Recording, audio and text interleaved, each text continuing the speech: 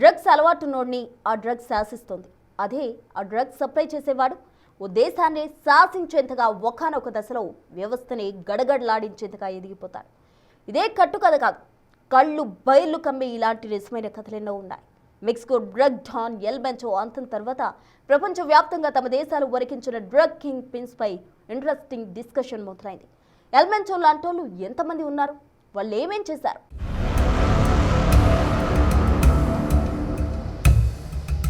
Drugs వ్యసనం మాత్రమే కాదు, అవి ఒక సమాంతర రాజ్యాన్నే నడుపుతాయి. మెక్సికో డ్రగ్ డాన్ ఎల్ బెంచో మరణం తరువాత డ్రగ్ మాఫియా సామ్రాజ్యాల గురించి ప్రపంచ వ్యాప్తంగా మళ్లీ చర్చ మొదలైంది. ఒక దేశపు సైన్యం కంటే ఎక్కువ ఆయుధ సంపత్తి, ప్రభుత్వాలని కూల్చేయగల ఆర్థిక బలమున్న most wanted drug kingpins చాలా మంది ఉన్నారు. ఎల్ చాపో మెక్సికోలో ex drug don. El Mencho కంటే ముందు మెక్సికోని ప్రపంచ డ్రగ్ మార్కెట్ ని వణికించిన పేరిది. సినాలోవా కార్టెల్ అధిపతిగా డ్రగ్ సామ్రాజ్యాన్ని ఏలాడు. ఫోర్బ్స్ జాబితాలో ప్రపంచంలోని అత్యంత శక్తిమంతుల్లో ఒకరిగా నిలిచాడు. ఇతను 2 సార్లు హై సెక్యూరిటీ జైళ్ల నుంచి సొరంగాల ద్వారా తప్పించుకున్నాడు. షికాగో సిటీ ఇతన్ని పబ్లిక్ ఎనిమీ నెంబర్ 1 గా ప్రకటించింది. ప్రస్తుతం అమెరికాలోని అత్యంత కఠినమైన జైల్లో జీవిత ఖైదు అనుభవిస్తున్నాడు.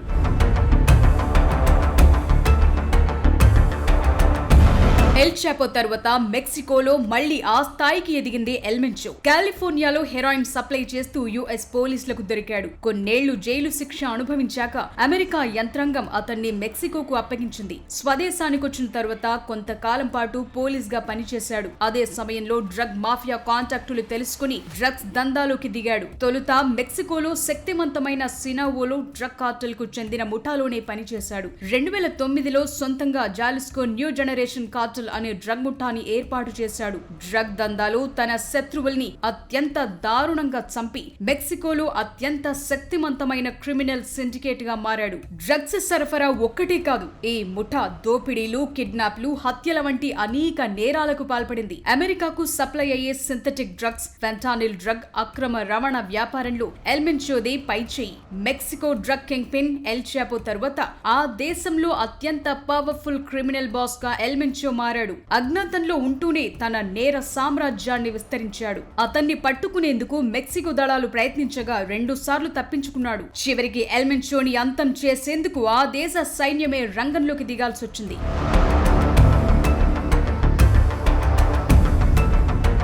మెక్సికోకు చెందిన వీళ్ళిద్దరే కాదు, ప్రపంచ వ్యాప్తంగా డ్రగ్ సామ్రాజ్యాలను నిర్మించి తమ దేశాల ప్రభుత్వాలనే గడగడలాడించిన డ్రగ్ డాన్స్ చరిత్రలో చాలా మంది ఉన్నారు. అలాంటి వాళ్ల ప్రస్తావనొస్తే మొదట గుర్తొచ్చే పేర్లు Pablo Escobar. Medellin drug Cartel అధినేతగా లంచం లేదా చావు అనే సిద్ధాంతంతో కొలంబియాను 10 ఏళ్ల పాటు శాసించాడు. ప్రపంచంలోని 80% కోకైన్ డ్రగ్ సప్లై ఇతని కంట్రోల్లోనే ఉండేది. ఇతను ఎంత శక్తిమంతుడంటే ఏకంగా కొలంబియా పార్లమెంట్ సభ్యుడిగా ఎన్నికయ్యాడు. ఫోర్బ్స్ లిస్టు ప్రకారం ప్రపంచంలోని ధనవంతుల్లో ఒకడిగా ఎదిగాడు. తన కూతురికి చలివేస్తోందని ఏకంగా $2 మిలియన్ నగదును కాల్చి మంట కాచుకున్నాడనే కథలు కూడా ఉన్నాయి. చివరికి ఇతన్ని పట్టుకునేందుకు కొలంబియా ప్రభుత్వం ఏకంగా సైన్యాన్ని దించాల్సొచ్చింది.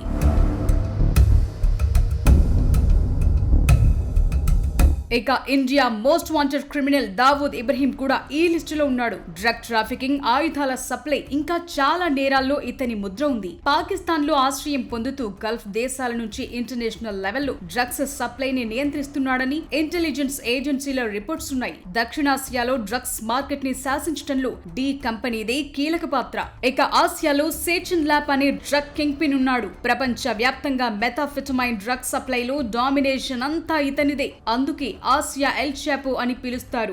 ఆగ్నేయాసియాలోని గోల్డ్ ట్రయాంగిల్ నుంచి $1 బిలియన్ డ్రగ్స్ సప్లై చేసేవాడు. ఇతర డ్రగ్ మాఫియాల్లా హడావిడి చేయకుండా కార్పొరేట్ కంపెనీల స్మగ్లింగ్ నెట్వర్క్ ని నడిపాడు.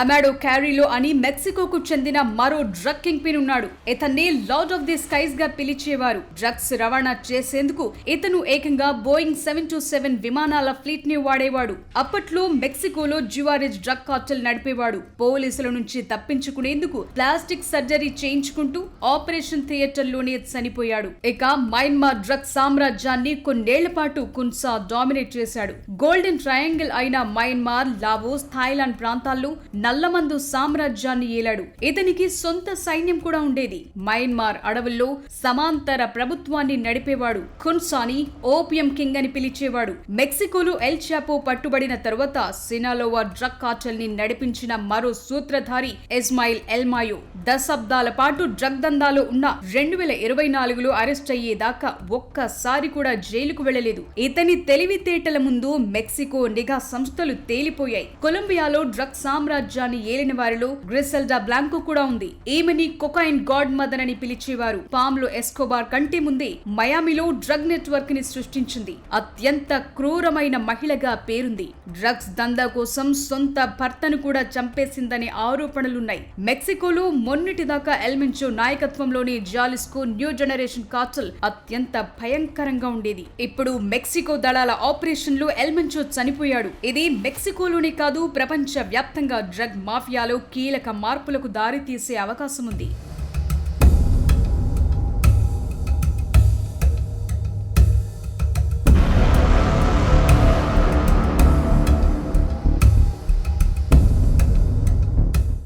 ఈ డ్రగ్ కార్టెల్స్ దేశంలోని వ్యవస్థలనే శాసించే స్థాయికి ఎలా ఎదుగుతున్నాయి? టన్నుల కొద్దీ మాదక ద్రవ్యాలు ఎక్కడి నుంచి పుట్టుకొస్తున్నాయి? డ్రగ్ మాఫియాను ఏ దేశ ప్రభుత్వం కూడా కంట్రోల్ చేయలేదా? అంతర్జాతీయ స్థాయిలో డ్రగ్స్ దందాకు చెక్ పెట్టాలంటే ఎలాంటి చర్యలు తీసుకోవాలి? సే నో టు డ్రగ్స్ అనే క్యాంపెయిన్లు కాకుండా డ్రగ్స్కు పూర్తిగా ఫుల్ స్టాప్ పెట్టే మార్గమే లేదా?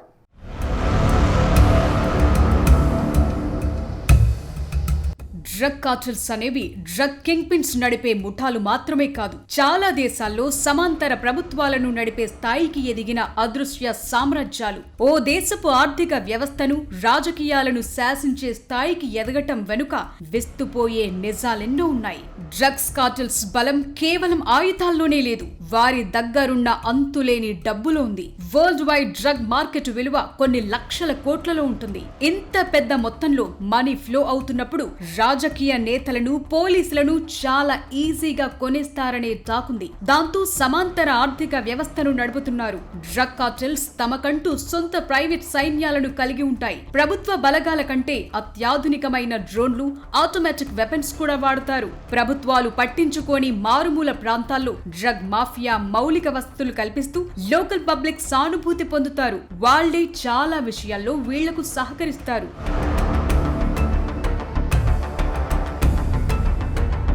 ప్రపంచ వ్యాప్తంగా డ్రగ్స్ సప్లై ప్రధానంగా 3 ప్రాంతాల నుంచి జరుగుతోంది. మయన్మార్, లావోస్, థాయిలాండ్ సరిహద్దు ప్రాంతమైన గోల్డెన్ ట్రయాంగిల్లో సింథటిక్ డ్రగ్ అయిన మెథాఫెటమైన్ ఉత్పత్తి చాలా ఎక్కువగా ఉంటుంది. ఇక గోల్డెన్ క్రెసెంట్ గా పిలిచే ఆఫ్ఘనిస్తాన్, ఇరాన్, పాకిస్తాన్ నుంచి నల్లమందు చాలా ఎక్కువగా వస్తుంది. ప్రపంచంలోని 80% పైగా ఓపియం ఇక్కడి నుంచే వస్తోంది. ఇక కొకైన్ ఉత్పత్తికి అడ్డగా లాటిన్ అమెరికా ఉంది. కొలంబియా, మెక్సికో, పెరు లాంటి దేశాలు అధిక మొత్తంలో కొకైన్ డ్రగ్స్ సప్లై చేస్తున్నాయి. వీటికి తోడు ఈ మధ్య కాలంలో కెమికల్ ల్యాబ్స్ తయారు చేసే ఫెంటానిల్ లాంటి సింథటిక్ డ్రగ్స్ ఆందోళన కలిగిస్తున్నాయి.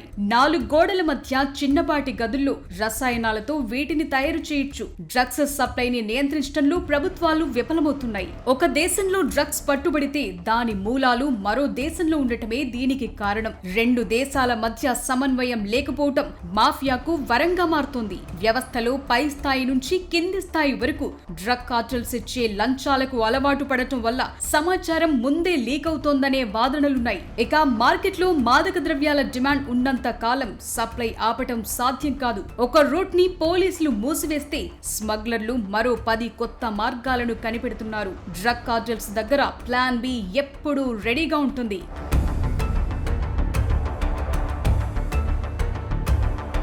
డ్రగ్స్ ద్వారా జనరేట్ అవుతున్న బ్లాక్ మనీ చిన్న దేశాల జీడీపీ కంటే ఎక్కువ ఉంటోంది. ఆ డబ్బుతోనే ఎన్నికల్లో పోటీ చేసే అభ్యర్థులకు ఫండింగ్ చేయడం ద్వారా ప్రభుత్వాలను తమ కనుసన్నల్లో ఉంచుకోగలుగుతున్నారు. ఈ దందాలో తమను ఇబ్బంది పెట్టే వారిని అత్యంత కిరాతకంగా చంపేస్తూ అడ్డు లేకుండా చూసుకుంటున్నారు.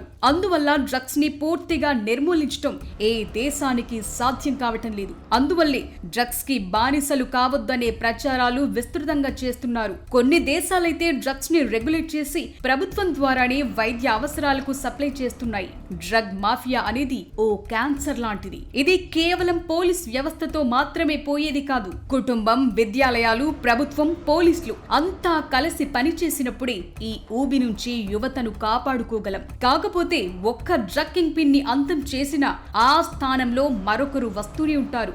డ్రగ్స్ అనేది ఓ అనారోగ్య సమస్య మాత్రమే కాదు, అవి ఒక దేశ భద్రతను, వ్యవస్థను అస్థిరపరిచే అతి పెద్ద ప్రమాదం. ఈ వ్యవస్థను కూకటి వేళ్లతో సహా పెకిలిస్తేనే దీనికి శాశ్వత పరిష్కారం దొరుకుతుందనే అభిప్రాయాలున్నాయి.